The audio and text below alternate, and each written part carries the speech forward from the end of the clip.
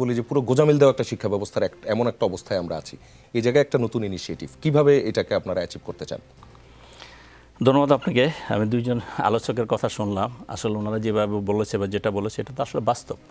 আমাদের এখানে যা হয়েছে, অতীতে যা হয়েছে, বিশেষ করে মাহবুব সাহেব যেটা বললেন যে অতীতে সরকারগুলো কী চেয়েছে, সরকারগুলো তো এডুকেশনের জায়গায় থাক, ওটা তো তারা চায়নি। তারা চেয়েছে যে তাদের একটা ক্রেডিট কীভাবে নেওয়া যায়। এই ক্রেডিট নিতে গিয়ে তারা এডুকেশনটা একদম ধ্বংস করে ফেলেছে। এখন সেটা সম্মিলিত, সেটা মাদ্রাসায় হোক, সেটা ইংলিশ মিডিয়ামে হোক, আর সেটা বাংলা মিডিয়ামে হোক।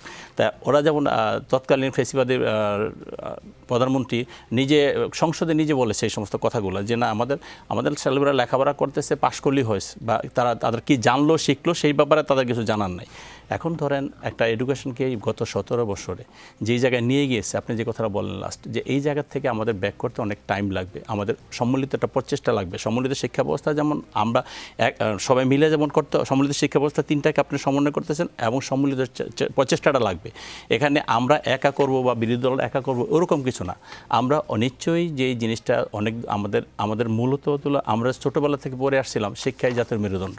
কারণ সেই শিক্ষা ব্যবস্থা যদি ঠিক থাকে, শিক্ষিত যদি আমি না হই, আমি হয়তো একটা সার্টিফিকেট পেলাম, সেই সার্টিফিকেটটা যদি আমার কার্যকরী না হয়, তাহলে আমার শিক্ষা নিয়ে আমার লাভটা কী? সেই শিক্ষা তো আমার নিজেরও কোনো কাজে লাগতেছে না, দেশের জন্য কোনো কাজে লাগতেছে না। কাজেই আমাকে সেইভাবে এগিয়ে যেতে হবে। এখন ধরেন আমরা যেমন শিক্ষার ভিত্তিটা, মাহবুব সাহেব যেটা বললেন, শিক্ষার কিন্তু ভিত্তিটা হচ্ছে না। সেই ভিত্তিটা তৈরি করার জন্য আমাদের যা দরকার, আমাদের সকলের সম্মিলিতভাবে সেই কাজটা করতে হবে। ধরেন আমরা আজকে যেটা নিয়ে আলোচনা করেছি, আমাদের বাংলা মিডিয়াম, ইংলিশ মিডিয়াম এবং মাদ্রাসা শিক্ষা, যেটা কারণ এখন এখানে বাংলা মিডিয়াম যারা পড়ছে, তারা আমাদের এখানে যারা মধ্যবিত্ত করে সন্তান যারা আছে, তারা বাংলা মিডিয়ামে লেখাপড়া করে তারা বিদেশে যেতে চায়। যখন বিদেশে যেতে চায় তখন তো তাদের এখানে ইংলিশের দরকার হয়। আমরা দেখেছি ছোটোবেলায় আমাদের বাপ দাদারা যারা লেখাপড়া করেছে বা আমাদের সিনিয়ররা যারা লেখাপড়া করেছে, তারা হয়তো বাংলা মিডিয়ামে পড়লেও তারা কিন্তু লেখাপড়ার তার সেই ভিত্তিটা ছিল। তো এখনও যাতে একটা বয়স্ক মানুষের সাথে আপনি যখন কথা বলেন, হয়তো তিনি একসময় অনলি মেট্রিক পাস করেছে, বাট তার কথাবার্তা, তার লেখাপড়া, তার ইংলিশের তার দক্ষতা অনেক ভালো ছিল বা ভালো তারা করেছে।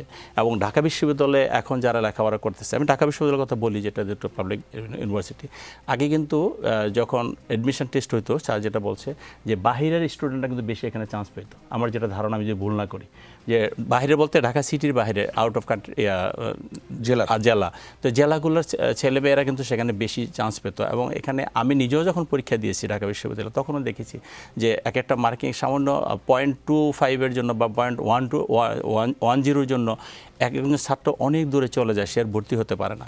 তো সেই ব্যবস্থাটা ছিল এবং মানুষের ভিতরে মেধা ছিল। সেই মেধা থাকার কারণে কিন্তু আমরা যেই সেক্টরেই পড়ি, বাংলা মিডিয়াম পড়ি, ইংলিশ মিডিয়াম পড়ি, আর মাদ্রাসা শিক্ষায় পড়ি, তো সেটা কিন্তু তাদের নিজেরও কাজে লাগতো, দেশের জন্য কাজে লাগতো। এখন ধরেন এই যে আমাদের বিভিন্ন, আমরা লেখাপড়া শেষ করে যে সমস্ত চাকরি বাকরির ক্ষেত্রে যখন আমরা ইন্টারভিউতে যাই, বা আমাদের পাবলিক সার্ভিস যে বিসিএস যে পরীক্ষাগুলো হচ্ছে, সেখানে কিন্তু দেখা গেলো আপনার 1.5 লাখ 2 লাখ মানুষ পরীক্ষা দিচ্ছে, আপনার পাশ করে কতজন, সেভাবে কিন্তু হইতেছে না। তো যার কারণে আমাদের মূল ভিত্তিটা, শিক্ষাটাকে আমাদের এগিয়ে নিয়ে যেতে হবে। এবং শিক্ষার জায়গাটাকে যদি আমরা অটুট রাখতে চাই, তাহলে আমাদের যে অতীতে যে ব্যবস্থাপনা আছে, সেই ব্যবস্থাপনা থেকে আমাদের ফিরে আনতে হবে। হ্যাঁ, ফিরে আনতে হলে কীভাবে আনতে হবে, কতটুকু আনতে হবে। আর আপনি যেটা বললেন, সেটা একদিনে হবে না। তো একদিনে না হলে সেটা আমাদের সাথে সবার সাথে আলোচনা করে সবার জন্য যেটা মঙ্গলকর, সেরকম একটা শিক্ষা ব্যবস্থাকে নিয়ে আসতে হবে। আর এখন দেখা গেল অনেকে আমরা ধর্মীয় শিক্ষার ভিতরে আমরা একটু ঝুঁকে গেছি মানে কি, এটা পজিটিভলি ঝুঁকছি। কারণ আমরা যেহেতু মুসলমানের সন্তান, ধরুন আমার 2টা বাচ্চা, তো আমার ছোটো বাচ্চাটাকে কিন্তু আমি ইংলিশ মিডিয়ামে পড়িয়েছি, কিন্তু সে কিন্তু ইংলিশ মিডিয়ামে পড়ার পরে কিন্তু কোরআনে হাফেজা হয়েছে, এবং সে কিন্তু ইসলামী শিক্ষা শিক্ষিত হচ্ছে, এবং সেই এখনও ইংলিশ মিডিয়ামে পড়ছে। তখন আমাদের ভিতরে এই যে দিনী চিন্তাটা যে আসছে, এই দিনী চিন্তা থেকে আমরা এখন বাংলা মিডিয়ামে পড়ে, ইংলিশ মিডিয়ামে পড়ে, এবং দিনী শিক্ষার দিকে আমরা এগিয়ে যাচ্ছি। তো এটা কিন্তু এই সবগুলোকে যে আমাদের সমন্বয় করতে হয়, তাহলে স্বাভাবিকভাবেই পরিবার থেকে যে শিক্ষাটা আমাদের পাওয়া দরকার, সেটাও আমাদের দিতে হবে। রাষ্ট্র বা সরকার রাষ্ট্র আমাদেরকে যেটা দিবে, সেটাকে আমাদের ওন করতে হবে। এবং সেই জায়গায় যে পজিটিভলি যদি আমরা করতে পারি, সবাই মিলে যদি করতে পারি, এবং ওই যে শিক্ষা কমিশন যে আজ পর্যন্ত আমাদের যে শিক্ষা কমিশনের যে কার্যকরী ব্যবস্থাগুলো, সেই ব্যবস্থাগুলো হয়নি। আমরা যদি অতীতে যা হয়েছে, ধরেন এক সরকার এক একভাবে চিন্তা করেছে, এই গত 17 বছরে যেভাবে চিন্তা হয়েছে, আমরা সেই চিন্তা চেতনা যদি না থাকি, আমরা যদি একটা পজিটিভ চিন্তা নিয়ে সবাই মিলে এগিয়ে যাই, তাহলে আমার মনে হয় এটা পরিবর্তন করা সম্ভব এবং ভালো কিছু হবে।